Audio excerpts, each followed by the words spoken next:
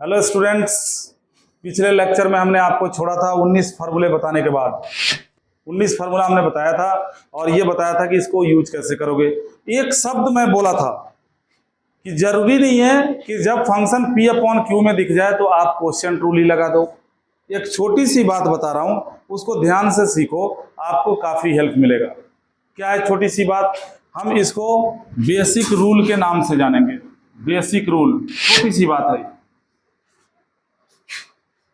If the denominator of a function is monomial, कोई function आपको differentiate करने के लिए मिला और उस फंक्शन का जो डिनोमिनेटर है, नीचे वाला हिस्सा है, अगर वो मोनोमियल है, if the denominator of a function is monomial, then before differentiation try to separate the each term from numerator and then differentiate. Ignore question rule. कब? अगर किसी फंक्शन का डिनोमिनेटर मोनोमियल है, मोनोमियल का मतलब हिंदी में बोलते हैं एक पद, और न्यूमरेटर ऐसा आपको दिख रहा है कि आप उसको बिखेर सकते हो, तो ऐसी कंडीशन में न्यूमरेटर के हर एक टर्म को अलग अलग सेपरेट कर दो, तब डिफरेंशिएट करो। क्वेश्चन रूल से बच जाओगे। मैं बता रहा हूं तुम्हें, क्वेश्चन बता रहा हूं, याद देखो। जैसे डिफरेंशिएट करने के लिए मिला 2 की पावर x प्लस 3 की पावर x का होल स्क्वायर अपॉन 6 की पावर x। अब आप अगर इसका डेरिवेटिव करोगे तो टाइम ज्यादा लगेगा, क्वेश्चन टूल लगाना पड़ेगा। मैंने क्या कहा कि डिनोमिनेटर अगर मोनोमियल है, देखो ये मोनोमियल है, और न्यूमरेटर एक्सपेंडेबल है, क्योंकि ब्रैकेट के ऊपर पावर कितना है? 2, नेचुरल पावर है, हम इसको बिखेर सकते हैं। हाँ, बड़ा पावर होता 20 होता, 200 होता, या 2/3 होता, 3/5 होता, नहीं बिखेर सकते तो वहां पे मजबूरी होती, फिर क्वेश्चन टूल लगाना पड़ता। लेकिन यहाँ पे हम बगैर क्वेश्चन के इसको सॉल्व करेंगे। और ऐसी कंडीशन किसी भी फंक्शन में आपको मिल सकता है, ट्रिग्नोमेट्रिक फंक्शन में मिल सकता है, अलजेब्रिक में मिल सकता है। वहां पे डिफरेंशिएट करने से पहले इसको सेपरेट करो, फिर डिफरेंशिएट करो, सुखी रहोगे। करके दिखा रहा हूं, ध्यान से देखो। जैसे ऊपर हमने क्या किया, a प्लस बी के होल स्क्वायर से एक्सपेंड कर दिया इसको, a का स्क्वायर प्लस b का स्क्वायर प्लस 2 इंटू ए इंटू बी, ये देखो। और नीचे जो 6 की पावर x है, इसको हमने लिख दिया 3 इंटू 2 की पावर x। सबको ये बात पता है कि अगर a इंटू बी की पावर में x है तो हम इसको a की पावर x इंटू बी की पावर x लिखते हैं। ऐसा हमने क्यों किया? ताकि जब हम सेपरेट करें तो काट छांट करने में कंफ्यूजन ना हो। अब क्या होगा, अलग अलग कर दो। इसे लिखोगे डेरिवेटिव ऑफ 2 की पावर x का होल स्क्वायर, इसके नीचे डालोगे 3 की पावर x इंटू 2 की पावर x। ये वाला इसके नीचे भी आएगा, ये वाला इसके नीचे भी आएगा, और इसके नीचे भी आएगा। सेपरेट ऐसे ही तो होता है। इसे क्या लिखोगे, 3 की पावर x का होल स्क्वायर अपॉन 3 की पावर x इंटू 2 की पावर x। इस टर्म को क्या लिखोगे, 2 इंटू 2 की पावर x इंटू 3 की पावर x अपॉन 3 की पावर x इंटू 2 की पावर x। देखो सेपरेट कर दिया। अब कटेंगे ना, देखो ये एक कट गया, यहां से ये कट गया, यहां ये दोनों कैंसिल हो गया। ऊपर क्या बचा, 2 की पावर x, नीचे क्या बचा, 3 की पावर x। तो हम इसको एक साथ अगर कर दें तो क्या इसको 2/3 की पावर x नहीं लिख सकते? लिख सकते हैं ना। अब देखो ये फार्मूले की तरह बन गया।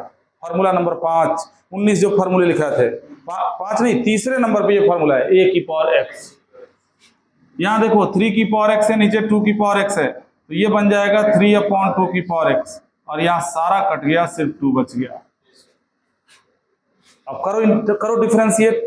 a की पावर x का डेरिवेटिव क्या होता है? a की पावर x इंटू में हो गया log a। फिर a की पावर x का क्या होगा, a की पावर x इंटू में log a, और ये बेचारा अकेला पड़ गया कांस्टेंट 0, तो इसका 0 हो जाएगा। मत लिखो 0, ये तुम्हारा आंसर हो गया। अभी मैंने कहा था ना कि ट्रिग्नोमेट्रिक फंक्शन में भी ऐसा हो सकता है। छोटा, एकदम छोटा सा एग्जांपल और तुम्हें दे देते हैं, बस उसके बाद छोड़ देंगे। Derivative of sine x plus beta या अल्फा अपॉन में कॉस x। जिन बच्चों को ये बात जो मैंने बताया तुम्हें नहीं पता होता, वो सीधे क्वेश्चन टूल लगाएंगे। या कॉस को ऊपर ले जाके सेक बनाएंगे, प्रोडक्ट रूल लगाएंगे। तुम्हें ना तो प्रोडक्ट रूल लगाने की जरूरत पड़ेगी ना क्वेश्चन रूल लगाने की जरूरत पड़ेगी। क्यों? क्योंकि इसका डिनोमिनेटर मोनोमियल है और न्यूमरेटर जो है उसको एक्सपेंड किया जा सकता है। किस फॉर्मूले से? साइन ए प्लस बी के फॉर्मूले से। तो यहां पे जब साइन ए प्लस बी के फॉर्मूले से इसको एक्सपेंड करोगे, ये बन जाएगा sign A cos B plus cos A sine B. हो गया एक्सपेंड। और नीचे जो डिनोमिनेटर मोनोमियल दिख रहा है, इसको दोनों के नीचे कर दो, कॉस एक्स कर दो, यहां भी कॉस एक्स कर दो। यहां देखो कॉस से कॉस कट गया और यहां साइन अपॉन कॉस टेन बन गया। यानी तुम्हें डेरिवेटिव किसका करना है? तुम्हें डेरिवेटिव करना है कॉस बीटा इंटू में ten x plus sign beta का। अब करोगे डिफरेंशिएट। देखो x के रेस्पेक्ट में डिफरेंशिएट कर रहे हो तो ये कांस्टेंट हो गया। ध्यान रखना, साइन x का डेरिवेटिव x के रेस्पेक्ट में करते हो तो cos x होता है, अच्छी बात है। लेकिन साइन बीटा का डेरिवेटिव अगर x के रेस्पेक्ट में करोगे तो 0 हो जाएगा, क्योंकि इसमें कहीं कोई x नहीं है, ये कंप्लीटली कांस्टेंट है। और कांस्टेंट का डेरिवेटिव क्या होता है? 0 होता है। तो यहां देखो ये कांस्टेंट तुम्हारा बाहर हो जाएगा, cos बीटा हो गया बाहर। tan x का डेरिवेटिव तुम लोग फॉर्मूला याद करके आए हो, sec स्क्वायर x। और साइन बीटा फिर अकेला पड़ गया, एक शेर अकेला पड़ गया, 10 गिद्दड़ घेर के उसको मार देंगे। साइन बीटा अकेला पड़ गया, बचाने के लिए इसके साथ इंटू में कोई भी वेरिएबल नहीं है, इसका 0 हो गया। यही आपका आंसर हो गया। तो मेरे बच्चों याद रखना, डिफरेंशिएट करने के दौरान जब कभी भी आपको डिनोमिनेटर मोनोमियल मिले, ऊपर देखना। अरे ऊपर भगवान को नहीं, न्यूमरेटर को। अगर न्यूमरेटर ऐसा लगता है कि एक्सपेंड किया जा सकता है, जरूर कर देना। एक्सपेंड करके सेपरेट करना, तुम्हारा काम आसान हो जाएगा। अगर यहाँ पे कोई रेशनल पावर है, मजबूरी होगी, लगाएंगे क्वेश्चन रूल। तो अगली क्लास में हम अगले लेक्चर में डिस्कस करने जा रहे हैं तुम्हारे साथ product rule and question rule. फिर पढ़ाएंगे चेन रूल और बापू के थ्रू पढ़ाएंगे बापू के 4 बंदर का रूल। ठीक है, इंतजार करो, बहुत जल्दी हम मिलते हैं फिर तुमसे।